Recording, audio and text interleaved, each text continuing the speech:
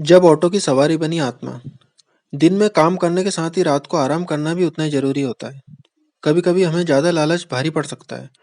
ये कहानी उसी के बारे में है। एक रेलवे स्टेशन पर रात के गहरे अंधकार में कई ऑटो ड्राइवर खड़े थे। आवागमन के साथ ये ड्राइवर यात्रीगण को उनके गंतव्य की ओर ले जाने का काम कर रहे थे। जैसे जैसे रात बढ़ी, ज्यादातर ड्राइवर अपने घरों की तरफ रवाना हो गए, जिसके परिणाम स्वरूप चिरौली स्टेशन पर सिर्फ थोड़ी भीड़ बची। इसी दौरान एक ऑटो ड्राइवर राघव ने भी अपनी आवागमन की तैयारी की। वह भी ड्राइव करके घर जा रहा था, लेकिन फिर उसे याद आया कि एक पैसेंजर ट्रेन के आने का समय है। इसके बाद राघव और कुछ और ऑटो चालक ट्रेन की प्रतीक्षा में रुक गए। जब रात बढ़ती चली गई, तो बादलों ने आसमान को काले चादर से ढक दिया, जिससे चांद की किरणें समाप्त हो गई। अचानक ही बादल गरजने लगे और बिजलियां चमकने लगी, जिसके चलते आवागमन बिल्कुल अंधकार में हो गया। यथाशीघ्र पैसेंजर ट्रेन स्टेशन पर आई। ड्राइवर राघव का ध्यान ट्रेन से उतरते हुए एक युवती की ओर गया। उसके कंधे पर एक बैग और हाथ में एक सूटकेस था। युवती सीधे राघव के पास आई और बोली, मुझे रायपुर जाना है। राघव ने कहा, रात के समय बहुत ही देर हो चुकी है, इसलिए किराया 1,000 रुपये लगेगा। लेकिन अगर आप सुबह जाना चाहती है तो मैं सिर्फ 500 रुपये में ही आपको छोड़ दूंगा। युवती ने जवाब दिया, मुझे अभी जाना है। युवती ने कहा, मैं आपको अभी 500 रुपये देती हूँ, क्योंकि मेरे पास अभी सिर्फ 500 रुपये ही हैं। मैं आपको घर पहुंचकर बाकी के पैसे दे दूंगी। राघव ने उसके प्रस्ताव को स्वीकार किया और बोला, मैडम, आप ऑटो में बैठिए। कुछ ही देर में राघव ने युवती को उसके गंतव्य के पते पर पहुंचा दिया। युवती ऑटो से उतरते ही जल्दी से अपने घर की ओर चली गई और राघव से कहा कि मैं आपको बाकी के 500 रुपये देने आती हूँ। राघव करीब आधे घंटे जितना इंतजार करता रहा, किंतु वह युवती राघव को पैसे देने के लिए नहीं आई।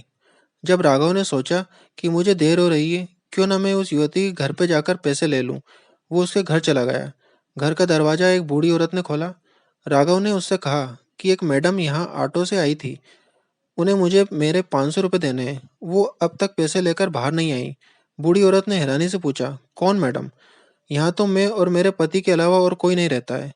हाँ, मेरी बेटी पहले रहती थी, लेकिन वो 3 सालों से यहाँ नहीं रह रही है। राघव बोलने लगा, क्यों, अब वो कहाँ रहती है? मैंने शायद आपकी ही बेटी को यहाँ तक छोड़ा है। आप एक बार अच्छे से देखिए। बातों ही बातों में राघव की नज़र सामने दीवार पर गई। वहाँ उसी लड़की की तस्वीर लगी हुई थी, जिसे वह ऑटो में बैठाकर लाया था।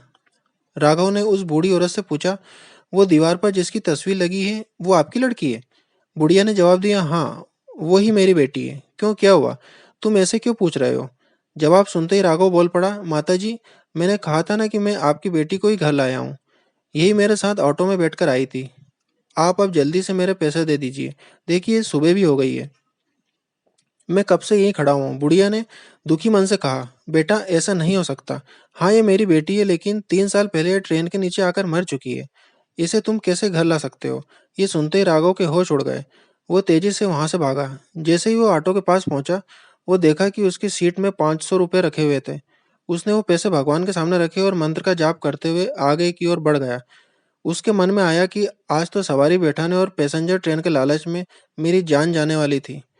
उस दिन राघव ने रात को ऑटो चलाना ही बंद कर दिया। वो सिर्फ दिन के समय सवारी लाता व ले जाता और रात को घर में आराम से सोता। इससे हमको ये सबक मिलता है कि दिन में काम करने के साथ ही रात को आराम करना भी उतना ही जरूरी होता है। कभी कभी हमें ज़्यादा लालच भारी पड़ सकता है। ये कहानी केवल मनोरंजन के लिए है। इसके पीछे हमारा उद्देश्य किसी भी प्रकार की अंधश्रद्धा का प्रसार करने का नहीं है। दोस्तों, यदि आपको यह कहानी अच्छी लगी हो तो हमें कमेंट करके आप ज़रूर बताइए और इस कहानी को दोस्तों के साथ शेयर करना ना भूलें। चैनल पर नए हो तो चैनल को सब्सक्राइब करना ना भूलें। कहानी सुनने के लिए आपका बहुत बहुत धन्यवाद।